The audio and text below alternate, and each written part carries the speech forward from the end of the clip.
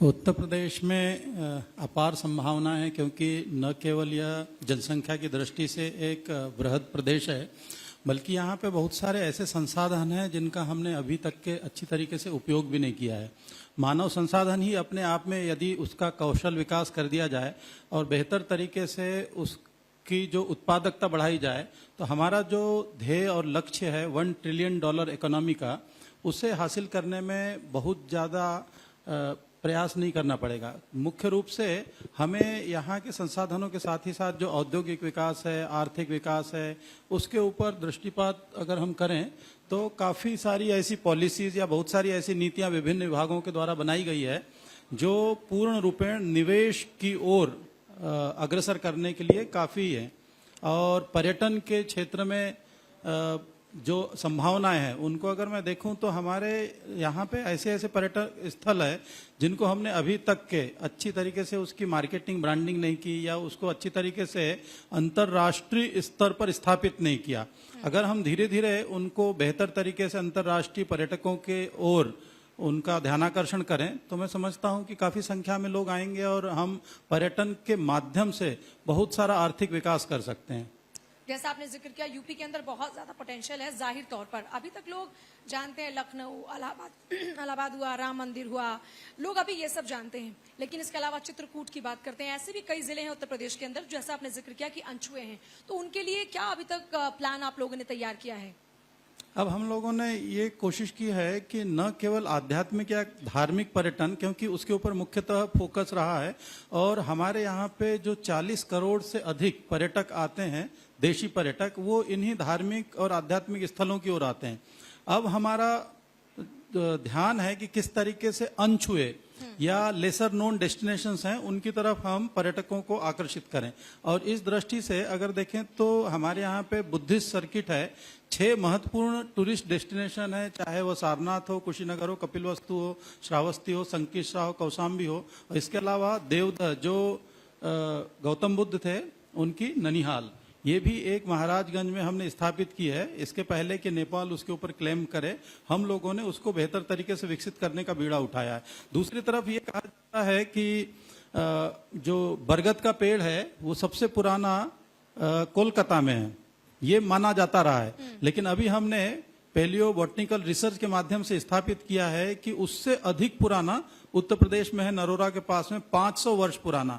जो कोलकाता का बरगद का पेड़ है वो 350 वर्ष पुराना है। इसी तरीके से जो फॉसिल पार्क होते हैं, फॉसिल पार्क हमारे यहाँ पे 140 करोड़ वर्ष 1.4 बिलियन ईयर्स पुराने हैं। ये हमारे यहाँ पे सोनभद्र के पास में आपको मिल जाएंगे, सलखन फॉसिल पार्क जिसको हम कहते हैं। अमेरिका में तो केवल 50 करोड़ वर्ष पुराने फॉसिल पार्क दिखा दिखा करके उन्होंने इतना पर्यटन स्थापित कर लिया। अगर हम इन अननोन जगहों को स्थापित करने की तरफ बढ़ें तो बहुत कुछ है, जैसे डॉल्फिन, अपने आप में जो गंजेटिक डॉल्फिन होती है, गंगा की जो डॉल्फिन है, वो बहुत सारे स्थलों पर पाई जाती है और वो समुद्री डॉल्फिन से थोड़ी अलग होती है। ये नदियों की जो डॉल्फिन है इसका एक अलग क्षेत्र है। बहुत सारे बर्ड सेंचुरीज हैं, तो इको टूरिज्म डेस्टिनेशन के लिए हमने विकसित करने का काम प्रारंभ किया है, जहां पे आज की तारीख में जिम कॉर्बेट नेशनल पार्क के आसपास बहुत सारे इतने रिसोर्ट स्थापित हो गए हैं और वहाँ शादी ब्याह के इतने कार्यक्रम होते हैं कि बहुत सारे टाइगर वहाँ दिखते नहीं है, वो इतना वहाँ पे शोर होता है कि वो जंगलों के अंदर चले गए। लेकिन उसी के पीछे जो उत्तर प्रदेश में हमारा हिस्सा आता है वहाँ का, वो अमानगढ़, उसे हम स्थापित कर रहे हैं। बिजनौर जिले में पड़ने वाले अमानगढ़ में टाइगर साइटिंग बहुत ज्यादा है। इस बार बहुत सारे ऐसे पर्यटक पलिया या दुधवा, किशनपुर, पीलीभीत, चूका वहां पहुंचे और उन्होंने न केवल 2, 3, 4 बल्कि 7 टाइगर एक साथ देखे। ऐसे बहुत सारे, और लगभग हर दिन देखने को मिला। बहुत सारे ऐसे राज्य हैं जहां टाइगर सेंचुरीज में 3-3 दिन इंतजार करना पड़ता है टाइगर देखने के लिए, लेकिन यहाँ पे किसी को इंतजार नहीं करना पड़ा। तो अब हमारा उत्तर प्रदेश टाइगर डेस्टिनेशन के तौर पर भी स्थापित होने में सफल हुआ है। तीसरी तरफ हमने ये देखा है कि एग्रो रूरल टूरिज्म की बहुत सारी संभावनाएं, क्योंकि ये जो गंगा जमुना का बेसिन है यहाँ पर उपजाऊ है, धरा उर्वर है, बहुत तरीके के हम लोग, चाहे वो आम की खेती हो, अमरूद की खेती हो, या फिर स्ट्रॉबेरी की खेती में आगे बढ़े हैं बहुत सारे इलाके। इन सभी जगह पर अगर हम गांव में परिवार के साथ में पहुंचते हैं और परिवार रह करके उसको देखता है, सीखता है, तो कृषि पर्यटन की भी बहुत सारी संभावनाएं हमारे यहाँ नजर आती है। और हमने 229 ऐसे गांवों को चिन्हित किया है जहां पर इस पर्यटन की ओर हम लोगों ने पर्यटकों को आकर्षित किया। और कालिंजर के पास में बांदा में जो एक गांव में बनाया गया रिसोर्ट, वहां पर पूरे गर्मियों में लोग आए रहे, वहां पे उन्होंने आनंद लिया। कृषि जो ग्रामीण क्षेत्र में होती है उसके साथ ही साथ उन्होंने पूरे परिवेश को अपने तरीके से महसूस किया। तो ये एक्सपीरियंशियल टूरिज्म की ओर भी लोगों ने अपना रुख किया है। अच्छा, मुझे लगता है कि आप लोग इस ओर भी ध्यान दे रहे होंगे। जैसे अगर हम दिल्ली से सटे और अन्य राज्यों की बात करते हैं, हम राजस्थान की बात करते हैं, हरियाणा की बात करते हैं, क्योंकि आप रिजॉर्ट्स का जिक्र कर रहे हैं, तो वहां पर आजकल अपने जो वहां की कल्चरल एक्टिविटीज है उनके साथ में लोगों को कनेक्ट करते हैं।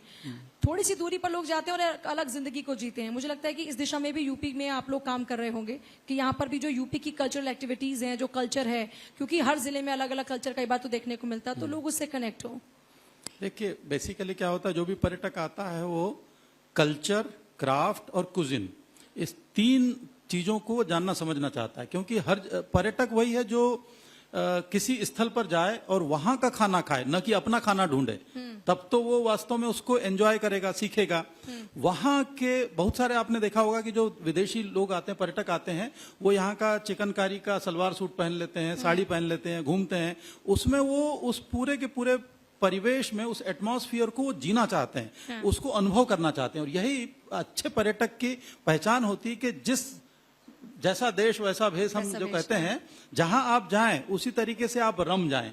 इसलिए ये कहा जाता है कि वो क्षेत्र जहां मनोरम हो, मतलब मन को रमने वाला हो, मन भावन हो, मन को भाने वाला हो। क्योंकि सबसे बड़ा पर्यटक अगर हमारे अंदर है तो वो मन है। यहाँ बैठे बैठे पूरी दुनिया और ब्रह्मांड का वो चक्कर लगा रहा है। तो इस वजह से मन को भाने वाला, मन को रमने वाला, मन को मोह लेने वाला, मनमोहक, ये सारे पर्यटन स्थल होते हैं। और इन्हीं जगह पर जब व्यक्ति जाएगा तो उस कल्चर को आत्मसात करने का अगर वो प्रयास करता है तो असली पर्यटक होता है। तो वहाँ का कपड़ा, वहाँ का ओडीओपी जैसे उत्पाद है, शिल्प हैं, उसको भी वो समझे, देखे, जाने। ये सारी की सारी चीजें जो है हम लोग मिक्सअप कर रहे हैं और कल्चर को टूरिज्म के साथ में हम कनेक्ट कर रहे हैं। अच्छा, इसको प्रमोट करने की दिशा में जाहिर तौर पर आप लोग आगे बढ़ चुके होंगे, तो कहां पर अभी यूपी को आप लोग मानते हैं उस लिहाज से?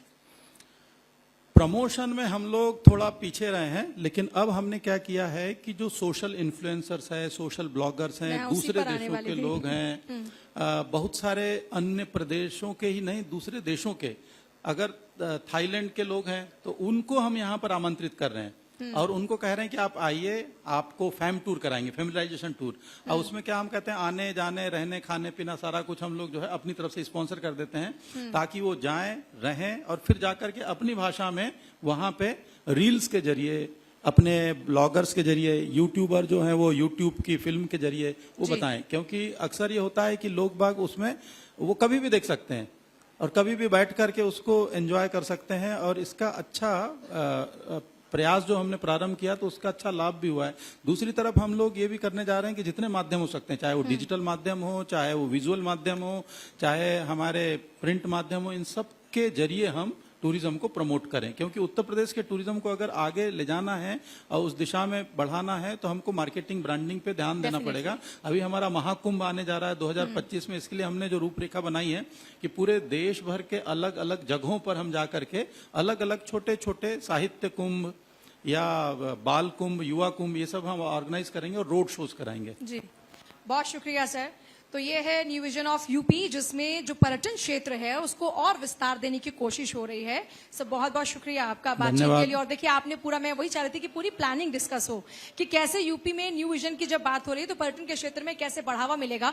और देखिए, उत्तर प्रदेश अपने आप में इतना वृहत है, इतना बड़ा है कि यहाँ पर अगर आप चाहें ना कि महीना गुजार लें तो पूरे महीने भर में आप उत्तर प्रदेश का एक एक कोना नहीं देख पाएंगे। इतनी सारी जगह देखने के लिए है और उस दिशा में सरकार लगातार आगे काम कर रही है। बहुत बहुत शुभकामनाएं उत्तर प्रदेश को कि इस लिहाज से यूपी लगातार आगे बढ़े और लोग यहां अपने प्रदेश को छोड़कर दूसरे जो प्रदेश है वहां पर जाकर काम ढूंढने की बजाय यहीं पर ही अपने लिए बेहतर संभावनाएं ढूंढ पाए।